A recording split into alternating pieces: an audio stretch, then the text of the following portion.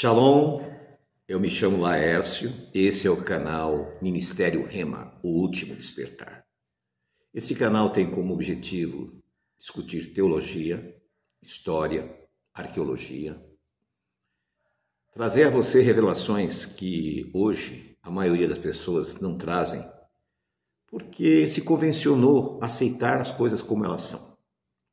Hoje nós vamos falar do Muro das Lamentações, o Kotel, como dizem os judeus. Será que realmente aquele local era o Templo de Jerusalém? Vamos em frente. Se você não se inscreveu nesse canal e você achou interessante esse tema, se inscreva. Dê um toque no sininho para que quando tiver novos vídeos você possa participar. Procuro ser objetivo nesse tema para que você possa entender, possa compreender.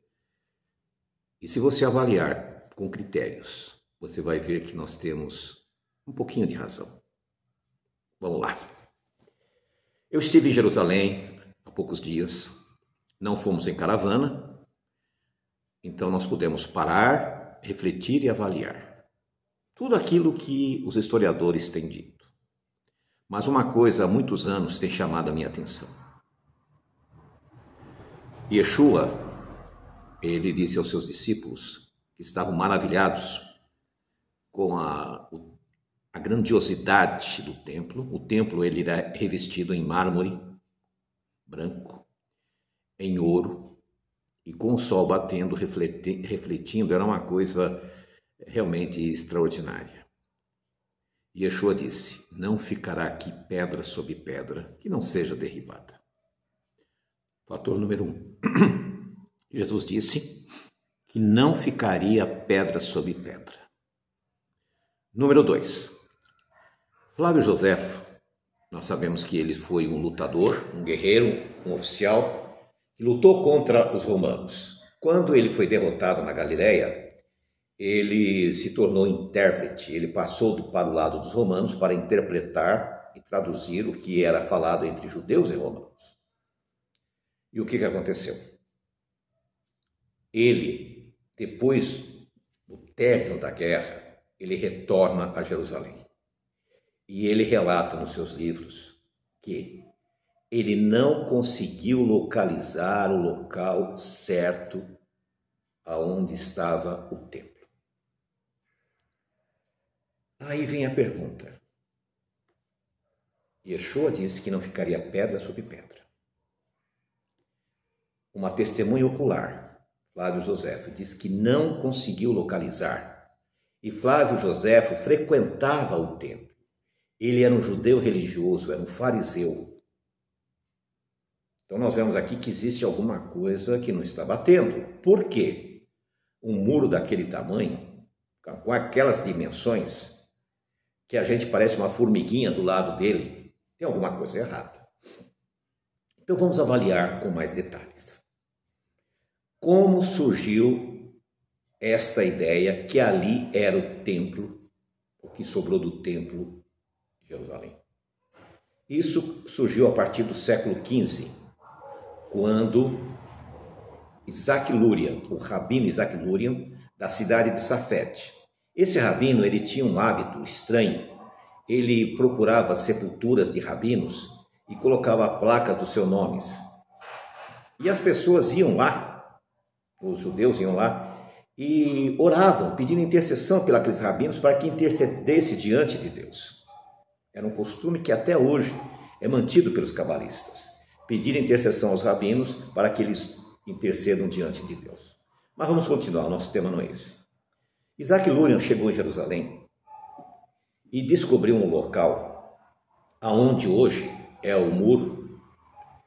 E ali, naquela época, quem governava era um califa muçulmano. Era jogado lixo ali, era um lixão. E esse califa muçulmano mandou limpar aquilo ali. Quando mandou limpar, ficou aquele espaço enorme.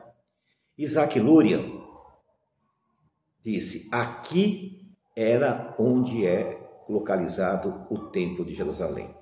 Até o século XV, os judeus, os remanescentes, né? Porque ainda havia, sempre houve judeus naquela região, eles iam até o Monte das Oliveiras para fazer as suas rezas de Shabat. Agora, o que aconteceu? Eles começaram então a ir ali naquele muro, porque o rabino havia dito que ali era o que havia sobrado do templo. E já se vão 5 séculos. Mas será que realmente aquele local é o templo de Jerusalém? Ou o que sobrou do templo? Será que aquele muro realmente fazia parte da construção do templo? Essa pergunta aqui vai responder você. Eu vou dar alguns fatos e você vai avaliar. Se você achar que realmente é o templo, não tem problema. Se você concordar, muito que bom. Ajudou a minha tese. Mas vamos lá. A Bíblia relata que Davi, certa ocasião, no seu palácio, ele olhou na janela e viu ao lado o Miscã, o tabernáculo. E ele disse o seguinte: eu, um homem comum, moro num palácio de pedra. E o Deus Todo-Poderoso está onde? Numa tenda de pano. E aquilo fez com que ele, então, decidisse construir o templo em pedra, um palácio para Deus. Foi proibido. Deus disse que ele tinha muito sangue nas mãos. Então, sugeriu que ele recolhesse os materiais para a construção. E seu filho Salomão, então, construiu o templo magnífico de Jerusalém. Agora, existem alguns pontos que são importantes nós refletirmos. Em primeiro lugar, se Davi saiu, olhou pela janela do seu palácio e viu, ele tinha acesso visual. O palácio, as ruínas do palácio de Davi, eu estive lá, e quando você olha aonde está o muro, você não enxerga. É um morro muito grande, muito alto, você não enxerga. Outro detalhe. O templo exigia muita água. Eram sacrifícios diários, então tinha que haver água corrente. O único local que havia uma fonte de água, a fonte de Gion, era ali, ao lado do palácio de Davi. Aonde está o Muro das Lamentações, ou onde estão as mesquitas no alto, não tem água, não tem fonte. Seria improvável Salomão construir o templo lá em cima por não ter água. Naquela época não tinha como irrigar, jogar a água para cima. Eles conseguiam mandar a água para baixo. Eles faziam túneis e etc., como foi feito o túnel do rei Ezequias, que é logo abaixo da fonte de Gion, perto do palácio de Davi. Outro fato interessante para que você avalie é, quando Nabucodonosor estava invadindo Jerusalém, está relatado em 2 Macabeus, que é um livro histórico. Eu sei que não é um livro profético, nem inspirado, é um livro de história. Em 2 Macabeus, no capítulo 2, no versículo 4 a 8, se você puder ler, lá diz que Jeremias e outros sacerdotes pegaram a arcas e outros utensílios e levaram para uma caverna e lá esconderam e selaram. Os sacerdotes começaram a fazer marcas para que se pudesse localizar no futuro aonde estava a arca. Jeremias proibiu e disse que no tempo determinado Deus iria revelar o local da arca.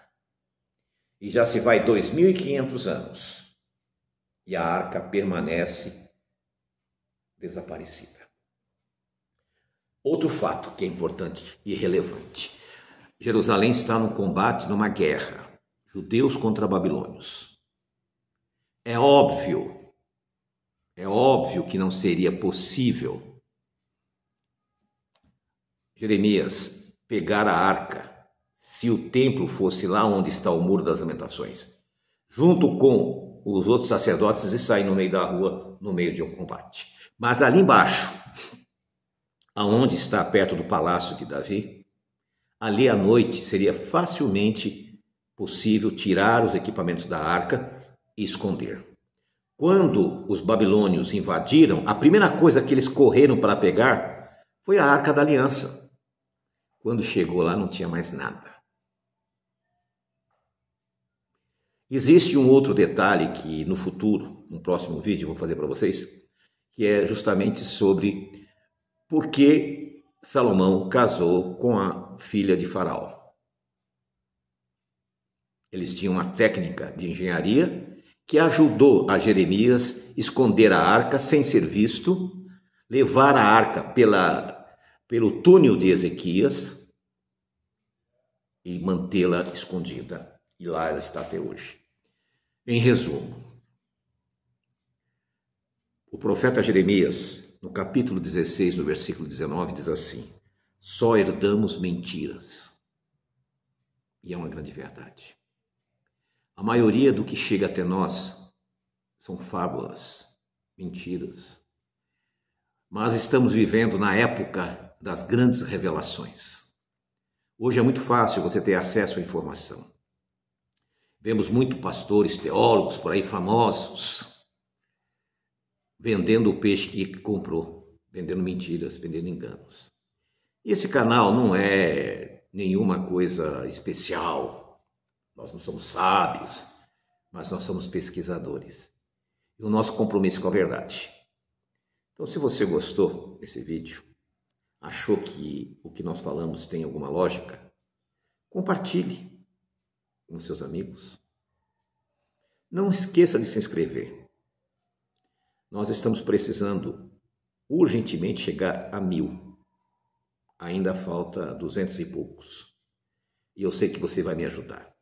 Deixe seu like, que isso favorece, nos ajuda, que o YouTube mande esse vídeo para outras pessoas. Shalom, shalom.